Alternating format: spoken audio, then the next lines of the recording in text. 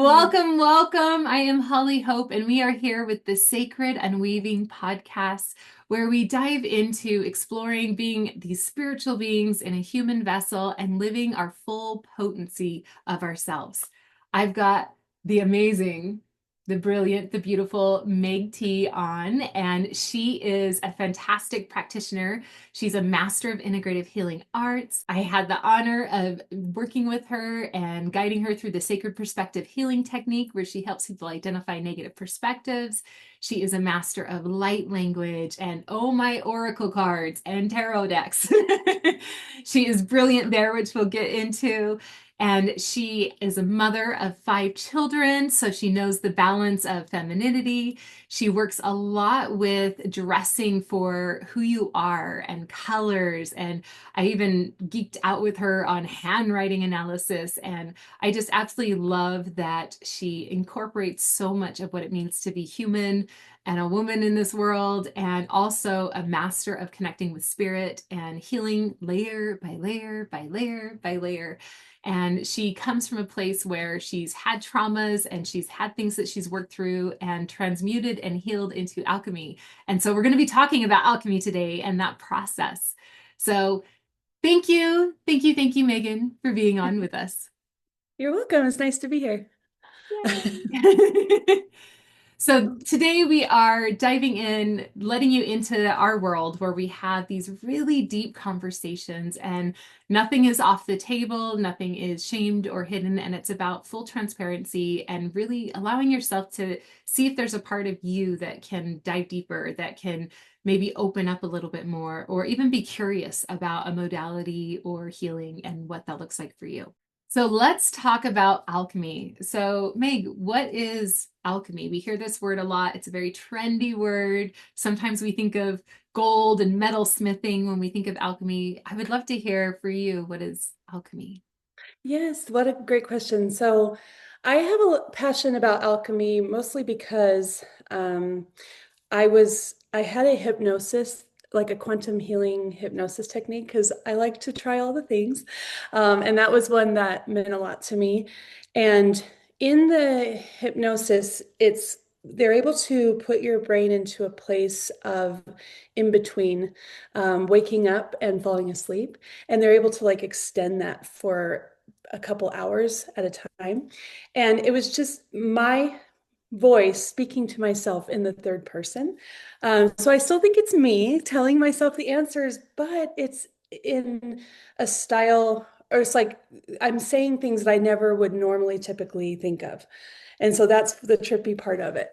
Mhm. Um, well, during that hypnosis, one of the questions that was asked was like, what is my life purpose? What are you here for? And my higher self kept telling me over and over, like alchemy and transmutation and how to take the challenges and the difficulties and turn them into something beneficial and good. So that is basically what it means to me. My higher self talked a lot. Uh, um, and I do think it's me, but it's just a part of my brain that It's a I higher don't. version of me. Yes. But talked a lot about, it called it sludge. The things that we're alchemizing and we're changing is sludge. And I think that you can kind of, a lot of what we do in your modalities, for example, is finding the sludge, right? The negative perspectives and the negative emotions that get trapped. And so it's all about finding those and being an investigator and figuring out how to turn that into something beneficial, like you have done, because then you take your traumas and then you're able to help other people, and then it becomes something beautiful. Oh, One more thing that's coming yes. to my brain Go is before it goes away. I'm like, I know I keep talking, but one of the things is like I like to think of a raw egg as sludge. And it's not bad, it's not gross, it's just sludge. And but you can take that raw egg and turn it into something amazing, like a cake or bread.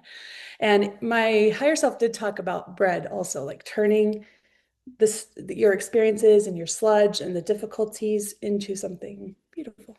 And do. you And see, that actually goes really well with what I wanted to share. So see, we'll okay, scroll in the right ways. So I okay, cool. love this visual of sludge because when we think of things that are stuck, things that are trapped, things that are holding us back, if we look at the tactile texture of sludge, like it moves slow, and it picks up things as it goes and it builds itself and it almost confuses and distorts what the raw material is. Like if you had a raw egg running down a dirt path, it's going to pick up the dirt particles. So now it's contaminated. It's not clear. It's not focused. You can't say, oh, that's just an egg. You're like, well, that's an egg and dirt and debris and all these other things. And even when you look at it being like sludge, like the first image I got was a pond and Mm. thinking of like the pond scum sludge. And in her book, Braiding Sweetgrass, it's an amazing book. I cry all throughout it every single time. She talks about this land that she purchased, and it had some swamp land, and she had to clean out the swamp. And she'd go out there and she'd remove the sludge over and over again. But because she's an herbologist and she understands the ecosystem so in depthly, she took the sludge and she repurposed it elsewhere where it could nourish and grow nutrients, because the pond scum sludge is all of the decay, the things that have died, the fragments, and the leftover nutrients. And it's actually high nutrient value, feeds the other plants. And so she repurposed the sludge to where it would nourish and it would help the landscape to grow and plants do better because of that decay of what once was.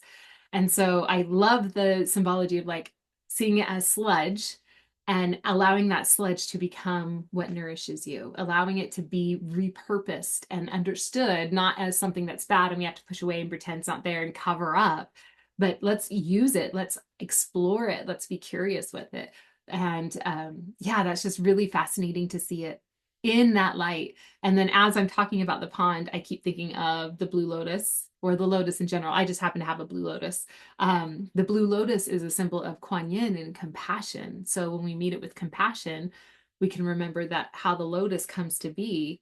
It actually, the seeds go into the sludge, then they reach for something more. And the first sunlight that a lotus flower ever sees is when it decides to open on the surface. And that's when it gets to receive the nutrients from the sun. But before that, it gets all that nutrients from all the pond scummy sludge. Yeah. So yes. I do love the pond analogy also, because that makes sense. There's so much nutrients in that rich butter, right? Like Butter. But we call it the stink and we're like, ew, gross. I don't like that. We push it away and we avoid it and we retract. And then we miss out on those nutrients. yeah, For me, the ultimate alchemy is taking raw ingredients and making them into something that they weren't before, whether yeah, those are positive ingredients or negative ingredients. yeah. Anytime we have a positive, we teach us when we clear negative perspectives. Anytime there is a positive emotion, we feel expansive. We feel like we're going towards something, we're rising up, we're moving, and we want to share it with everybody. Anytime there's a negative emotion, it's not bad. It's actually just a pulling inward, kind of like a battery. It's either going outward or inward. And if we look at it with that neutrality, then we can see it as the raw ingredients. That you teaching me that has been so beneficial for me to understand, like it's not bad. It's not from a moral place of right or wrong. It's just there's things that are like have a negative charge and things that have a positive charge, and you figure out how to work with those. Yeah. And that unattachment to outcome and it being more about the experience and, well, what am I making? What do I want to make? What do I want to create? And we think sometimes, why can't I just get what I want? And it's like, well, if you knew what was in the way of you getting what you want, you would have it. So sometimes it takes somebody on the outside to be able to say, hey, there's some pond scum here that's slowing you down with its density. What if we take it, repurpose it, and now we have clarity, and now you can actually create what you want? For Yeah. me, it wouldn't be bread because I don't do bread. Okay. My body doesn't like the grains that we have here in this country. I can eat it elsewhere. So I dream of it elsewhere. But Yeah. in this country, I can't actually eat that bread. I choose not to alchemize it within my body, which I know is a possibility. People have said, like, you can receive that and you can just transform the way your body processes it. I'm like, yeah, but I kind of like my reality and my game I play with. That's toxic sludge and I don't want it in me. So I'm not going to make bread with mine, but I will make tacos. I will happily make tacos with the eggy sludge. Breakfast tacos are the best. Exactly. So I think that explores a huge piece too, is that how we alchemize and what we alchemize is different for each person.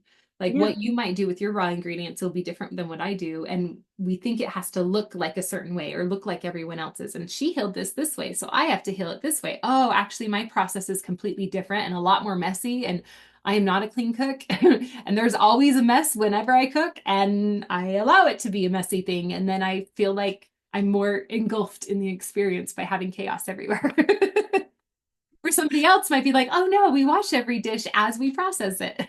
As we use it, we clean it. Yeah. So yeah, I would love to hear, and I'm sure those watching would love to hear, like, what are some of the things that you have alchemized, or even one or two that you took the raw ingredients, and what did that process look like, or what did that evolve for you or surprise you? The main reasons why I went to go get and I felt so drawn to go get the hypnosis that has been so life-changing for me. Like a lot, anytime I talk about my process, it usually starts with the hypnosis because that was such a night and day process for me where it was like before and after. When I started going to retreats with you, actually a lot of those retreats, because I went to several, it started opening up more as because the more healing I did, it started opening up more of this understanding, realization, and memories that had been suppressed of abuse that I'd experienced from my childhood. And, a lot from my father that I hadn't remembered.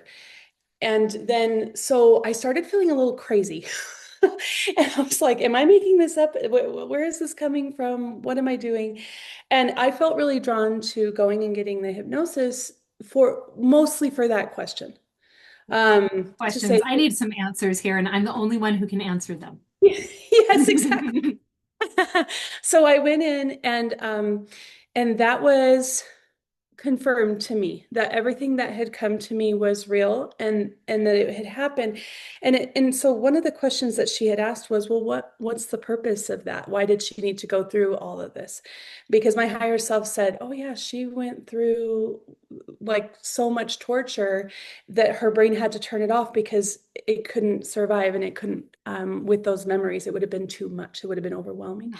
Our body Um, wants and our mind wants us to survive. So that's why it puts it in the sludge and rolls it down so yeah, we can exactly. survive and look elsewhere. And it did say like my body still, it said several times, my higher self said, my body still remembers, but my brain forgot. So there was, that's I think where the alchemy comes in is I had to learn how to teach my body how to let go of a lot of those traumas. Um, and a lot of that is done because of what I've learned from you in being able to release the body of the sludge, right? Yeah, I'm going to call it sludge, I guess, I but like sludge. okay, good. But the drums have been so helpful for that and just that sound healing of being able to really remove that from the body. So, in that process of me learning how to heal my body and learning how to alchemize, one of the big things is how to forgive these people who abused me, and how to let that go, because that's a lot of what gets stuck in my experience. And one of the things that it helped me with, my higher self was like, well, the purpose of all of that trauma, all of that abuse is so that because your body knew and your body knows, and so it built so much resilience and resistance in me. Um, and that is what is kind of needed in order to alchemize, is because you need that resilience to want to keep going and want to keep trying and want to keep figuring it out, even when you've been knocked down. So one of the main messages, well, was that the the people who were abusers, that they are very useful because they help to build that resilience. They help to give that sludge, and they don't know that that's what they're doing. They don't know that that's what their purpose is, but that helped me to understand and not to be grossed out by it, but just go, oh, okay, that's why they're here to abuse me as a little child. But then it's very useful because I can take that energy and the sludge that it created, and I can turn it into now something that is supporting me, helping me, beneficial to me. And the beautiful message that it told me is that I'm here to help people understand, especially people who don't really remember their abuse, that it gets to sort of be easy. Because according to me, when I look back at my childhood, it was easy because I don't remember it. And so I get to use those experiences and alchemize without even really remembering. So it gets to be easy. I love that. It gets to be easy. Like, and we think all the time that healing is okay, we're going to drudge this up. It's going to be difficult. It's going to be this long, drawn out process. And it's actually very simple. And I find that most often it's a matter of when we are willing to accept all the parts, see all the parts in ourselves, negative and positive, and then let it all be and Yeah. not put that judgment and the attachment of, well, what does this mean about who I am? And what does this mean about who they are? And what does this mean about what I'm supposed to do with my life purpose? And I feel like so often I do want to speak to life purpose actually. Let's talk about that because one of the questions I was going to ask you was, so you have this structure that created the ability to alchemize, like the tools, right? And then it's the next question is, what have you created with those tools? And that kind of segues over to what is our life purpose? And I hear all the time, I just want to clear my crap so I can see what I'm meant to do with my life. And I always kind of smile because that was me for the longest time. Like, what am I here for? What am I here for? What am I here for? And I grew up with this sense of urgency. Like, there's something I'm here for. Let's go. Let's hurry and grow up. Let's hurry and do the husband and the house and the kids and the things because once I get all that done, then I will know what my purpose is. And it is kind of funny because that is kind of how my life played out. Of course, I let go of the husband and the kids are grown. And what I found that it's not always about becoming something or having one life purpose, where it's about what purpose do we want to create or what purpose do we want to offer to others. And so it almost seems like your setup for alchemy is understanding the process so that you could offer that perspective and like, hey, I have these tools. Do you want these tools too? Here, I'll help you build some. Like, let's get your sludge. Let's see what we're working with. Here, I'll cook with you. Let's make some great stuff here. Absolutely. Yeah. Yeah, exactly.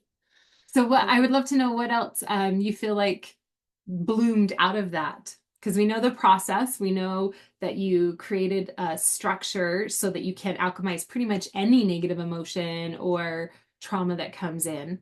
So I'm just curious if there is something else that you're like, and now this is what I get to play with on a regular basis. Yeah. I definitely feel like I'm still figuring it all out, right? Sometimes we feel, I was thinking that this really is speaking to shadow work also, though, Mm. right? Because the sludge, the stuff that we're not really wanting or not aware of, not wanting to look at, like shadow work, and people always talk about how the shadow is where you find the treasure, right?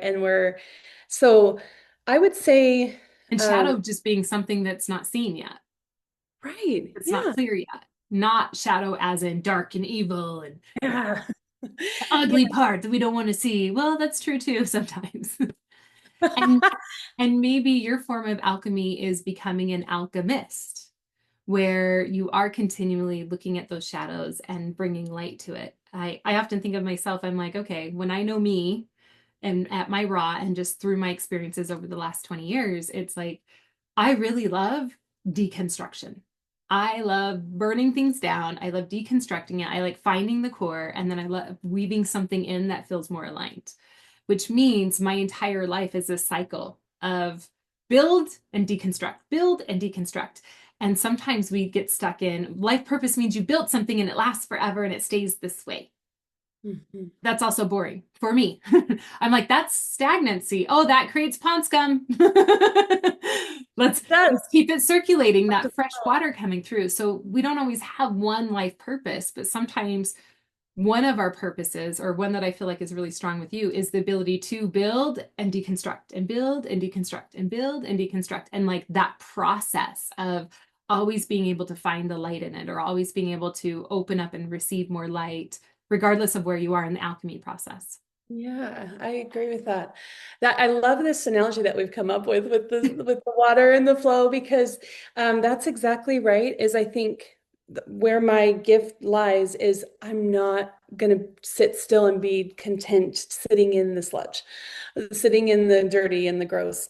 It's like always that's what I think that it created in me, the resilience, right? To just keep, no, I'm going to keep flowing, keep finding something else, keep going here, keep learning this, wanting to understand more. And we mentioned how I love my Oracle and tarot cards, and and I think that that's what it does for me is it helps me to flow when I ask a question to the tarot cards or the oracle cards and and then one just pops out.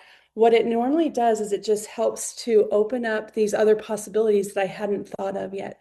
I do think that me going to my oracle cards is how a, a big part of how I alchemize, I would say, because it just opens up so much of that shadow that I wasn't seeing and able to help me go, okay, what needs And to there's an get out? illustration and a number and a context, so it very 3D brings it into the forefront. Yeah. And I hadn't thought about that before. So thank you for, Oh, yeah, I'm like, okay. Well, I'm curious when you have sessions with people, because typically, so for those of you who haven't experienced a session with myself or with beautiful Meg, it's called Sacred Perspective Healing Technique. And that's where we find one of 44 or many of 44 different negative perspectives, the core things that block us. And we'll have bubbles of emotion that come up and we clear them and we feel good for a while. And then more bubbles will come up. And it's finding what's at the core that we think is part of us that is not. Things like, I'm shy. Well, we're not actually shy. We're really afraid of something or withholding something, or we might have allergies to positive emotions where we push them away. So, just really understanding that function of what's going on underneath the surface and dialing it in very specific and tactile. So, I'm curious what it would look like to have a session with someone and you go in and you dial in and you find a negative perspective like emotional addiction or a negative connection with somebody from the past. And then do you incorporate your oracle cards as well to like bring more of that 3D for people?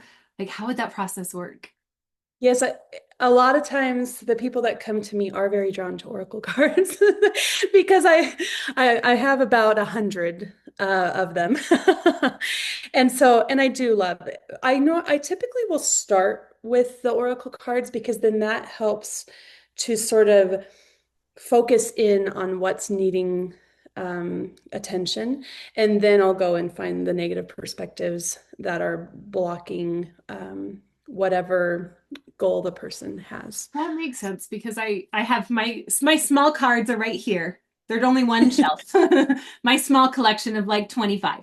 But in my cards, like a lot of times I've had this experience, and anybody who works with Oracle cards, I'm sure has had this, where you pull the card and you're like, no, reshuffle. No, reshuffle.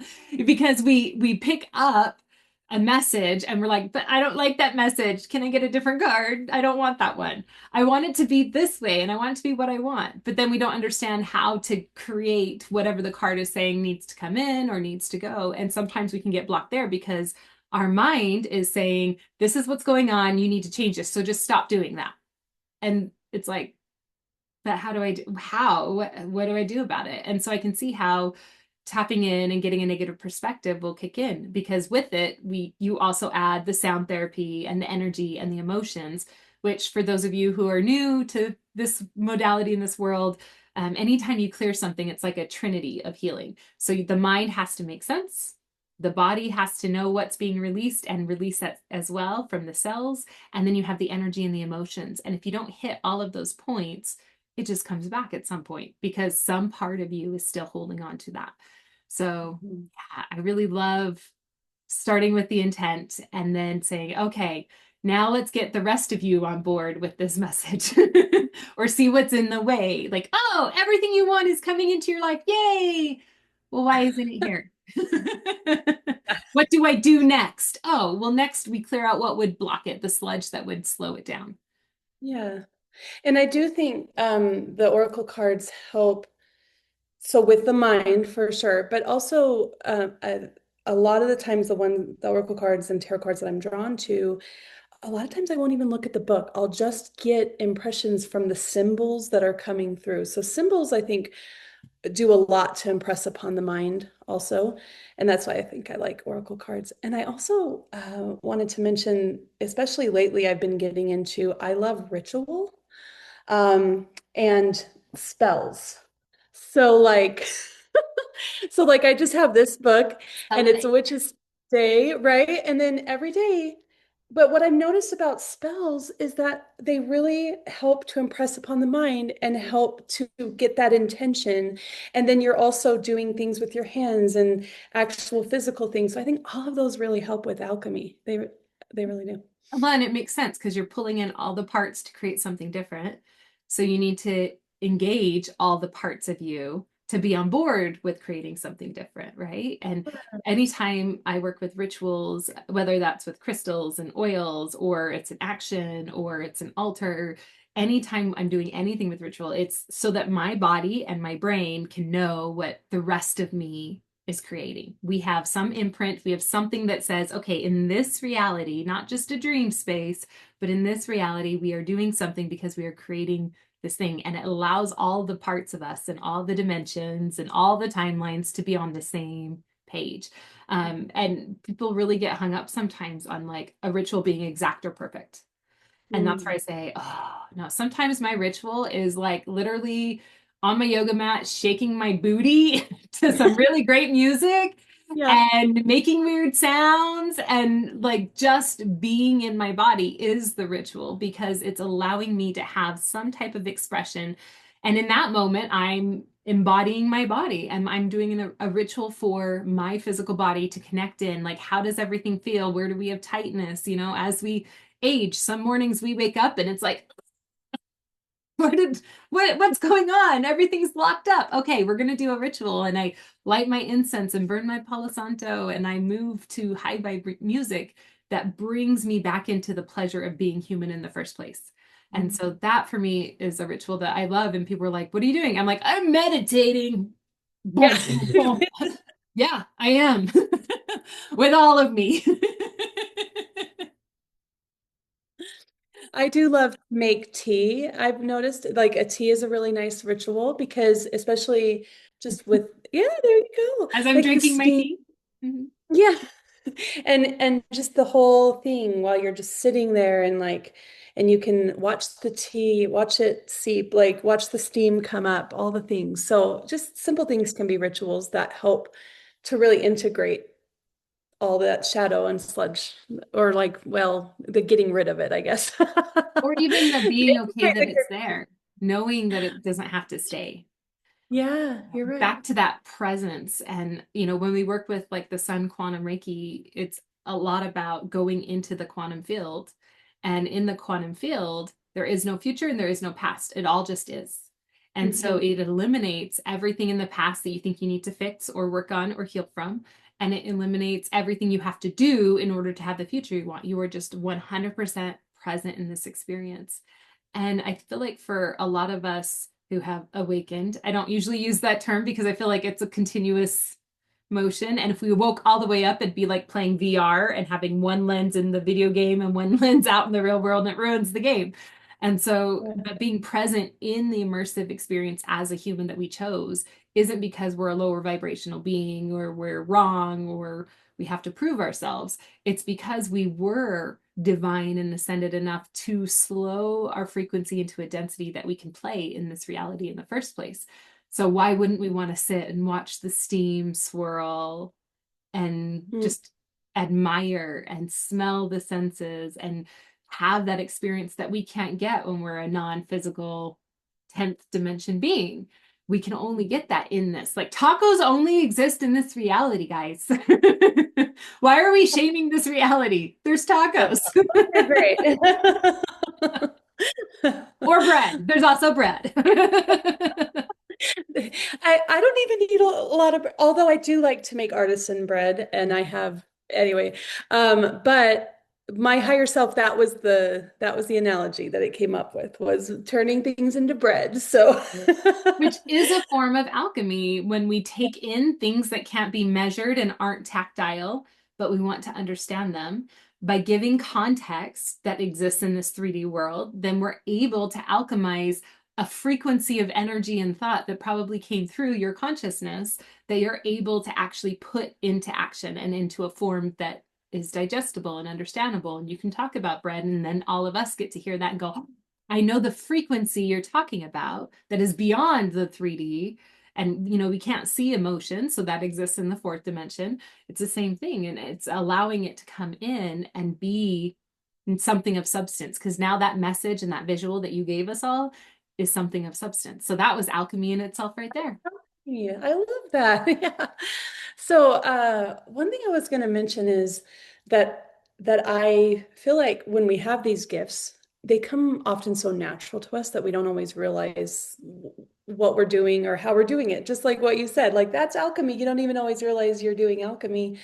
Um, One of the main things that I feel like I've had to alchemize actually, as I'm thinking about it, is I think what I would see sludge in maybe someone else.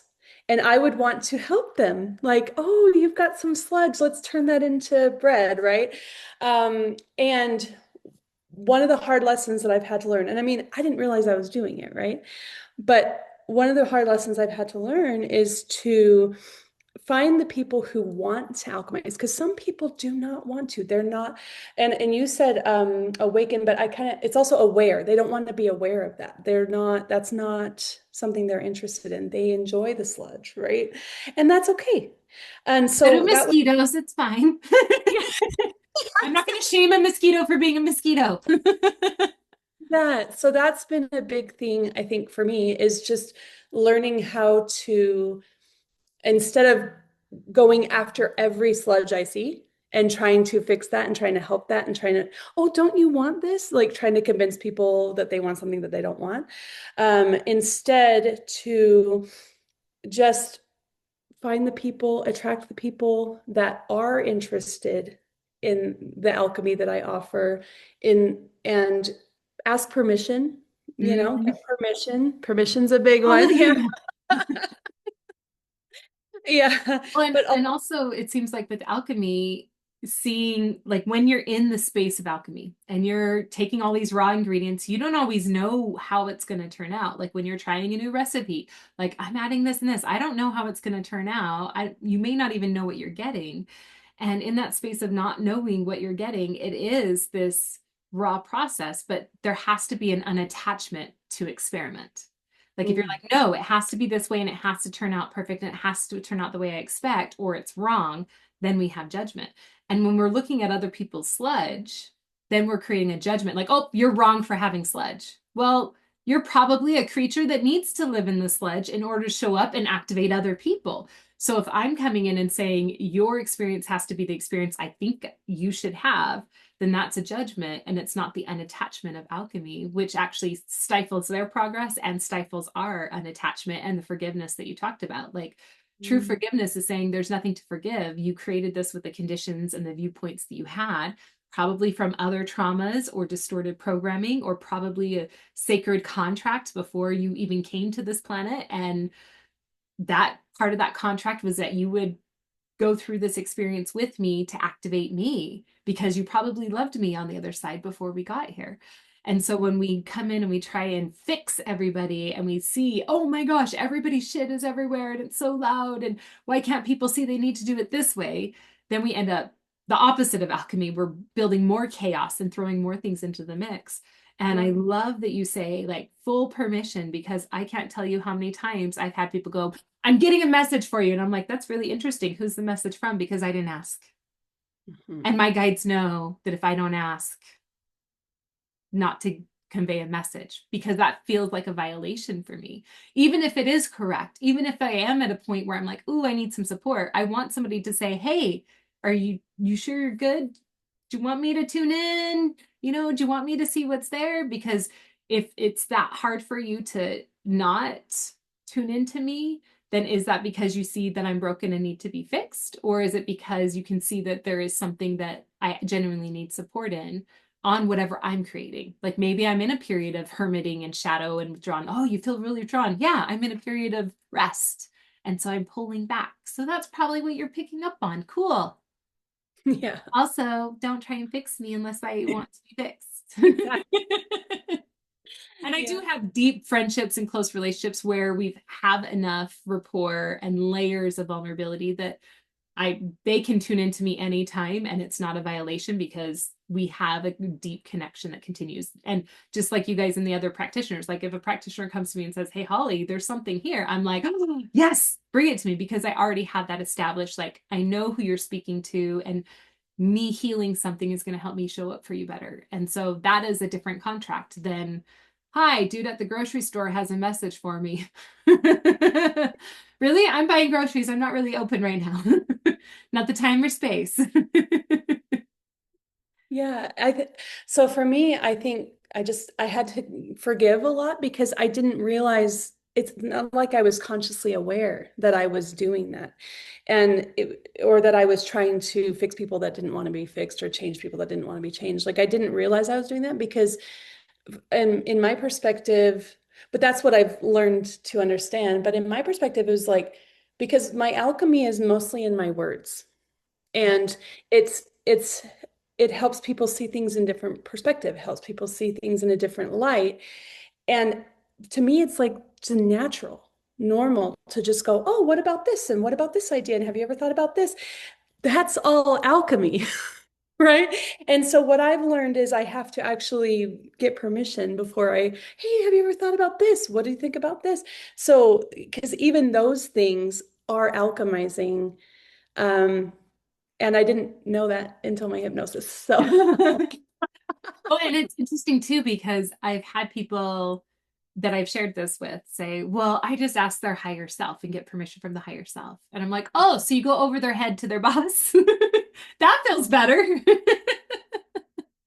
nope. Yeah. So it's like, no, permission's really important because then you're infringing on free will. And, some of us did come here to experience the density of the sludge. And that's all we're here to experience. And that's the fullest potential that we want to experience, not just because of traumas or just because of pains, but sometimes that is the role of our lifetime. If part of our purpose of life or the whole purpose is to experience and expand and connect, then that is a frequency that needs to be in there in that form for others to go, "Ooh, now I see a difference between this experience and this experience. There's a distortion or there's at least polarity going on. So now I know that there isn't even a need to alchemize, which I wouldn't know if there wasn't still people choosing to be in the pond scum. And so it wouldn't do anything. We would all just be gray, continuing the same thing, everyday beings, not these colorful eruptions of emotion and movement and deconstruction that we are. I Yeah. love it. I will say that was a big one that I remember when you said that, that my higher self told me too, is that I needed to experience the sludge and go through all of that so that I would even understand what it is and when things need to change or when I want things to change. And so I had to go through that to go, oh, I don't like that, you know? Yeah. Yeah, Okay, this is what the preference I want. And right. we get into deep forgiveness when we go back and look, because there's always layers. Healing's like a spiral, right? We revisit certain things from a different perspective, whether spiraling down or spiraling up, we get a revisit. And there's times where I've gone back and I'm like, oh, what part needs to be forgiven of this piece that's still not quite there? Even the part that said, I have to honor that in that moment, I loved feeling disgusted. I Mm, loved feeling this intense sensation because it was intense and it made me feel alive. And it was just like, if you're like, there's a tea, it's called the Mexican dream herb, Mexican dream plant.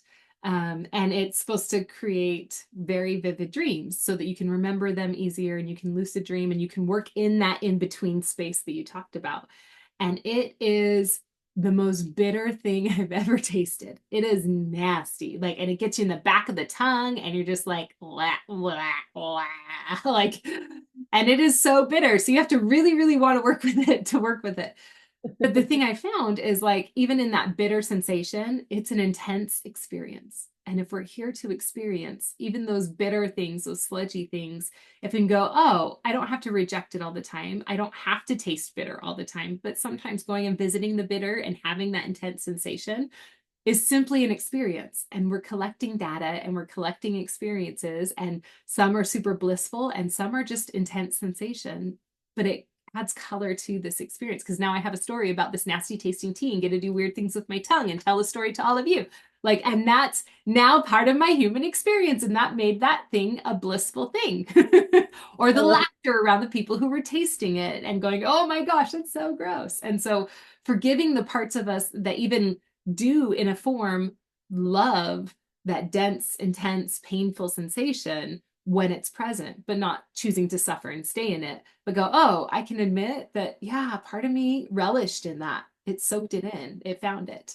And then I can go, oh, I prefer things that don't taste bitter, like I just licked the backside of a donkey because it's very grassy, very backside of a donkey. I was going to say ass. I guess the backside of an ass, but I didn't want it to be confused with a human ass. So yeah, right. forgive myself for all that. Oh, how beautiful. Well, I love hearing this. Oh, you've just sparked so many thoughts of like, ooh, and this and this, and everything connects. And so if you, those of you watching at home, if you experience like these new thoughts popping in like little popcorn, that's alchemy. That's what it's like to connect with the light. So I'm sure everyone would love to know, what are you offering for those who are ready to shift more into their own personal alchemy? Yeah, I offer sessions, one-on-one sessions. I also, if you're in person in Farmington, New Mexico, I often offer drum ceremonies in my office space here. And in order to connect and contact with me, I have Facebook, Instagram, TikTok. Also on your website, you can find my email and my phone number. Yeah. Reach out. It's just on my website, thebeautyofperspective.com, under the practitioners tab. And then what are your handles for Instagram, Facebook? It's Meg Maven, Meg Marie Maven, or Meg Maven. Yeah. Sweet. And we'll list those two in the comments so Okay, you guys have all of them. Oh, great. anything else you would love to share before we wrap up? I do. In my office here, I have this painting that my friend recently painted for me.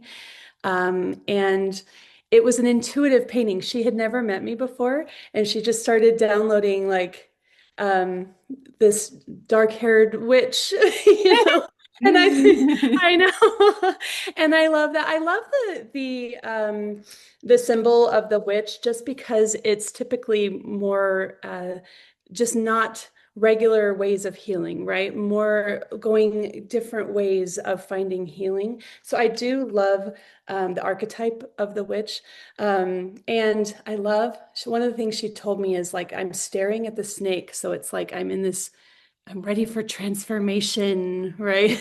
So, and then this here was like, I have gifts of being a seer, which I do. I'm able to channel and kind of look into those. So we can use those in our sessions too, those gifts.